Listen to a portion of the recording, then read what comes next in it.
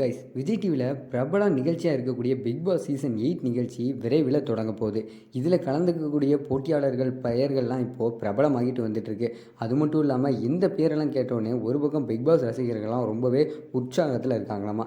இதைத் தொடர்ந்து இந்த டைமாவது சர்ச்சையான போட்டியாளர்களை தேர்ந்தெடுத்து சுவாரஸ்யமான பிக் பாஸ் நிகழ்ச்சியை கொடுப்பாங்க அப்படின்னு பலரும் எதிர்பார்த்துட்டு தான் இருக்காங்க.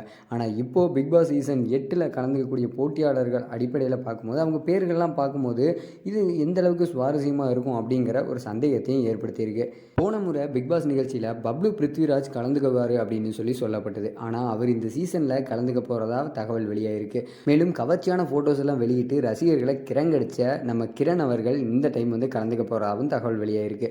மேலும் மலையாள பிக் பாஸ் நிகழ்ச்சியில் கலந்துக்கிட்டு பிரபலமான அமலா ஷாஜி, அதுவும் டிக்டாக் பிரபலம் அப்படின்னு சொல்லலாம். இவங்களும் பார்த்தீங்கன்னா நம்ம தமிழ் பிக் பாஸ் சீசன் 8 கலந்துக்க போகிறதா இருக்குது.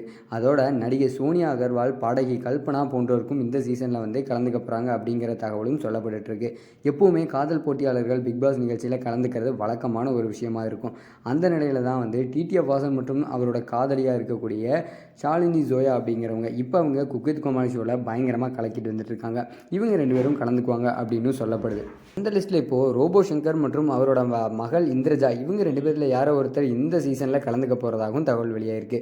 கடைசியாக பாடகி சுசித்ராவோட முன்னாள் கணவர் கார்த்திக் இந்த பிக் பாஸ் சீசன் 8 கலந்துக்க போகிறதாகவும் தகவல் வெளியாயிருக்கு.